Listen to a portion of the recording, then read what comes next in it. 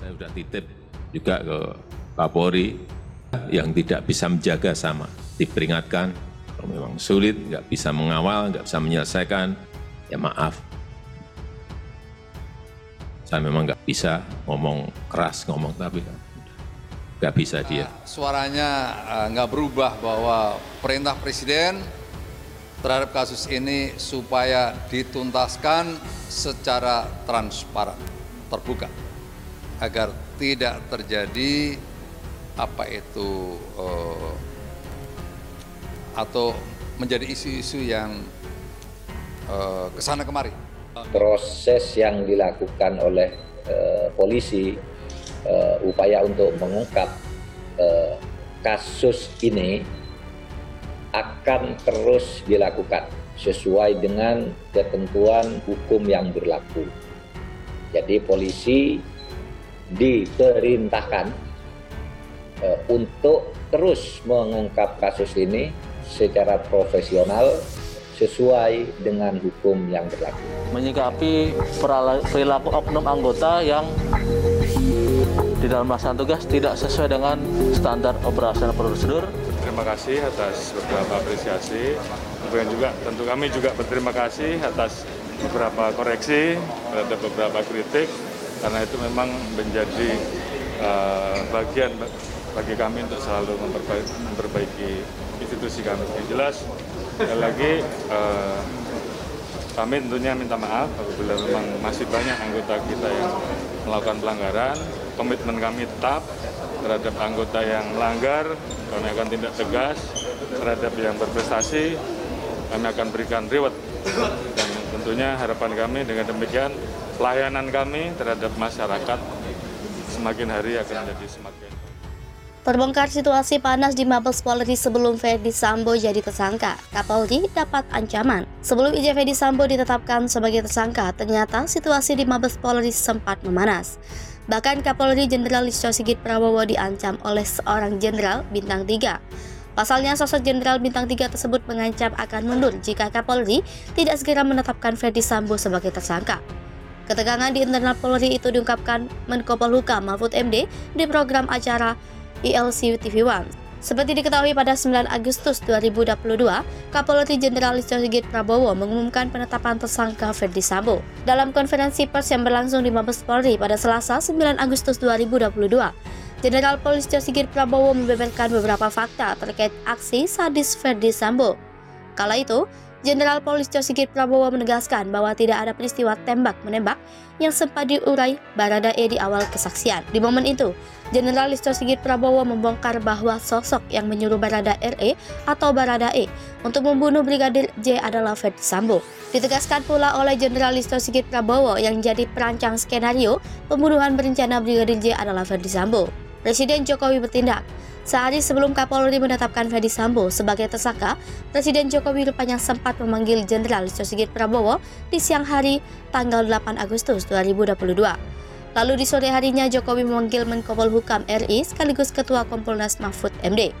Membahas perihal kasus Brigadir J, Jokowi kala itu memberikan penegasan kepada sang Kapolri dan menterinya bahwa kasus kematian Brigadir J harus segera diusut tuntas. Sebab jika tidak segera dituntaskan menurut Presiden Jokowi, kasus Brigadir J akan menemui masalah baru. Percakapan dengan Jokowi dan ketegangan sang presiden tersebut disampaikan Mahfud MD saat diundang ke program Indonesia Lawyers Club. Tak lama dari pertemuan itu, Kapolri pun segera bertindak. Hingga berselang satu hari kemudian Kapolri mengumumkan penetapan tersangka atas Ferdy Sambo di depan satu Indonesia. Melihat keberanian Kapolri dan tim sus mengungkap tabir kematian Brigadir J, Mahfud MD memberikan apresiasi yang setinggi-tingginya. Jenderal bintang 3 mundur. Bukan tanpa alasan, memang Mahfud MD memuji Kapolri dan tim sus. Sebab ternyata sebelum Ferdy Sambo ditetapkan sebagai tersangka, ada seorang jenderal bintang 3 menghadap Kapolri. Sang jenderal menyebut dirinya akan mundur jika penyidik enggan menjadikan Ferdy Sambo sebagai tersangka. Terkait sosok jenderal bintang 3 tersebut, Mahfud MD memberikan bocoran. Diungkap Mahfud MD, Jenderal bintang 3 yang mendesak pengusutan kasus kematian Brigadir J adalah seorang pimpinan yang akan pensiun sebentar lagi. Sosok Jenderal bintang 3 kendati memberikan bocoran sosok Jenderal bintang 3 yang mendesak Ferdy Sambo jadi tersangka itu hingga kini masih jadi misteri. Namun perlu diketahui bahwa kini jumlah jenderal bintang 3 yang masih menduduki jabatannya berjumlah sedikit. Dihimpun tribunnews.bogor.com, Jenderal bintang 3 yang berpangkat Komisaris Jenderal atau Komjen hanyalah berjumlah 6. Berikut adalah daftar Komjen di beberapa badan Polri. 1. Wakapolri Komjen Gatot Edi Pramono. 2. Inspektur Pengawasan Umum Polri Komjen Agung Budi Marioto. 3. Baris Krim Polri Komisaris Jenderal Polisi Agus Andrianto. 4. Kepala Baharkam Badan Pemeliharaan Keamanan Komisaris Jenderal Polisi Arief Sulistianto. 5. Kepala Badan Intelijen Keamanan Komjen Pol Ahmad Doviri. 6. Kepala Lembaga Pendidikan dan Pelatihan Kepolisian RI Komjen Pol Riko Amelza Daniel. Apa motif dewasa Ferdi Sambo bunuh Brigadir J? Deoli Payumara sindiri soal LGBT cowok sama cowok. Motif Ferdi Sambo bunuh Brigadir J masih menjadi tanda tanya. Menteri Koordinator Bidang Politik, Hukum dan Keamanan Mahfud MD menyebut motif Irjen Ferdi Sambo membunuh Brigadir J relatif sensitif. Bahkan menurut Mahfud MD, motif pembunuhan Brigadir J oleh Irjen Ferdi Sambo hanya bisa didengar oleh orang dewasa. Namun belakangan ini beredar kabar bahwa motif pembunuhan Ferdi Sambo berkaitan dengan LGBT. Mantan kuasa hukum Baradae, Deoli Payumara, tiba-tiba menyindir soal LGBT sehingga membuat publik bertanya-tanya apakah motif Ferdi Sambo lantaran kecemburuan di antara sesama jenis. Dalam unggahan akun TikTok @holtimunti84, terlihat Deoli Payumara menyinggung mengenai LGBT terkait kasus pembunuhan Brigadir J. Hal ini membuat publik semakin penasaran terkait motif dewasa Ferdi Sambo membunuh Brigadir J. Namun Deoli Payumara tidak menjelaskan secara detail siapa yang dimaksud memiliki perasaan antar pria tersebut. Mahfud MD ungkap motif pembunuhan Brigadir J. Menteri Koordinasi Politik, Hukum dan Keamanan menjadi salah satu petinggi yang hingga kini masih terus bersuara terkait kasus kematian Brigadir J. Mahfud MD beberapa kali membocorkan fakta baru dari skenario yang dibuat oleh Ferdi Sambo. Mahfud MD menyebut motif Irjen Ferdi Sambo membunuh Brigadir J relatif sensitif. Bahkan menurut Mahfud MD, motif pembunuhan Brigadir J oleh Irjen Ferdi Sambo hanya bisa didengar oleh orang dewasa. Meski demikian, Mahfud MD mengapresiasi kinerja kepolisian dalam mengungkap kasus dugaan pembunuhan berencana Brigadir J. Bahkan ia mengibaratkan penanganan kasus meninggalnya Brigadir J seperti menangani orang hamil yang sulit melahirkan sehingga terpaksa dilakukan operasi sesar. Mahfud MD juga meminta Polri memberikan perlindungan secara proporsional kepada keluarga Brigadir J, kekasih Brigadir J yang bernama Vera Simanjuntak serta Richard Eliezer atau Baradae melalui LPSK.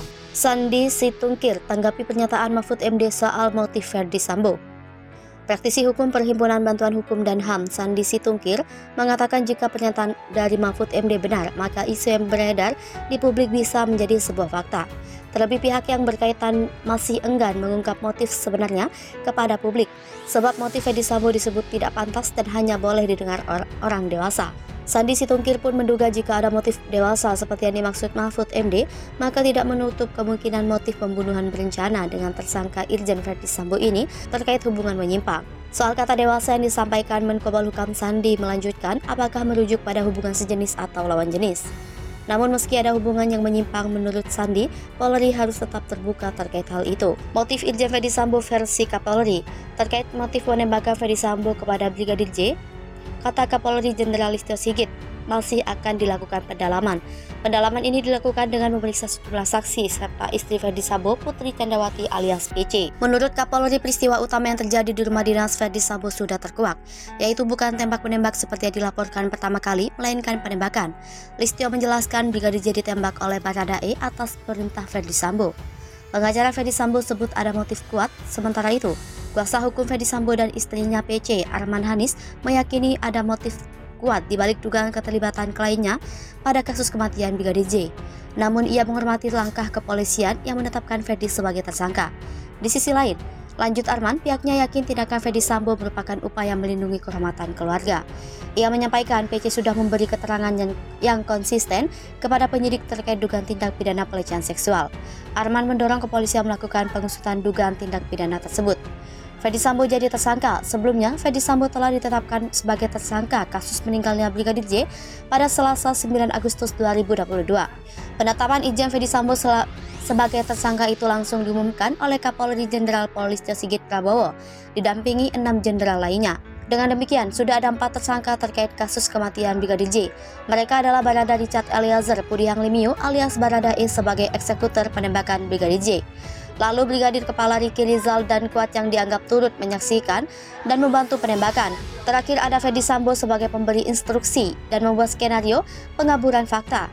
Keempat tersangka dikenakan pasal 340 KUHP tentang pembunuhan berencana, pasal 338 tentang pembunuhan, serta pasal 55 dan 56 KUHP terkait orang yang memfasilitasi terjadinya pembunuhan. Pasal 340 KUHP membuat ancaman maksimal pidana mati.